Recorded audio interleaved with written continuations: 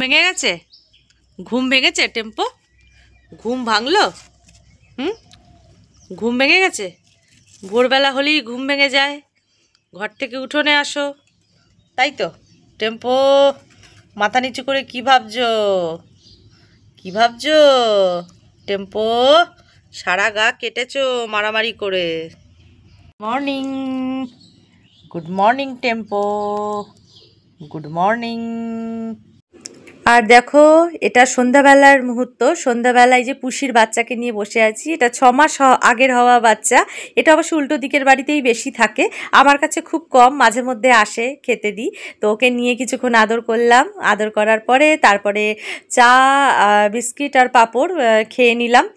তো চা খেয়ে নিয়ে সন্ধ্যাবেলার এবারে বেরিয়ে যাব দোকানে, মাসকাবাড়ি কিছু জিনিস কেনাকাটা করব। তো দেখো দোকানে চলে এসেছি। এই দোকানে আমি অনেক বছর আসি, প্রায় 7 বছর। জেঠু অসুস্থ ছিল মাঝে কয়েকদিন, তাই কেনাকাটাও পেন্ডিং ছিল। তো দেখো একবারে সব একসাথে মালপত্র কিনে নিলাম দোকানে। কিনে নিয়ে এবারে একটু যাব কাকির বাড়ি। আর রাস্তায় কিনে নিয়ে যাওয়ার পথে আবার এটা দেখা হয়ে গেল, এটা পাশের বাড়ির আরেকটা কাকি, মানে আমরা ফুল কাকি ডাকি আমাদের পাড়াতেই। খুব ভালো এই কাকি। তো ভিডিও করছি বলে আমাকে পাগল বলছে কাকি। তো দেখো এই হাসাহাসি করতে করতে এবার আমার যে ছোট কাকি তার বাড়ি চলে এলাম। কাকি তালের বড়া করেছিল, তাই আসতে বলেছিল।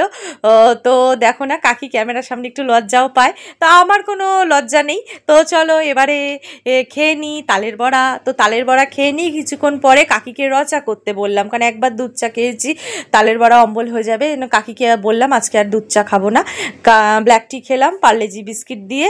তো খেয়ে নিয়ে রাত্রিরে কাকি চাউমিন বানাতে বলেছিলাম কাকিকে, তো কাকি চাউমিন বানাচ্ছে দেখো। তো সেই মুহূর্তটাই তোমাদের সঙ্গে শেয়ার করলাম। একটু রাত করেই বানালাম, কাকি আবার বেশি রাত্রির করতে চায় না, কিন্তু আমি বলি না, একবারে রাত্রিরের ডিনার হয়ে যাবে। তো দেখো কমপ্লিট প্রায় হয়ে এসছে কাকির চাউমিন বানানো। তো রেডি, আজকে ডিনার এটাই খাবো। তো চলো, তোমাদের সঙ্গে এইটুকুই শেয়ার করার ছিল। সকলে ভালো থেকো, সুস্থ থেকো, শুভরাত্রি।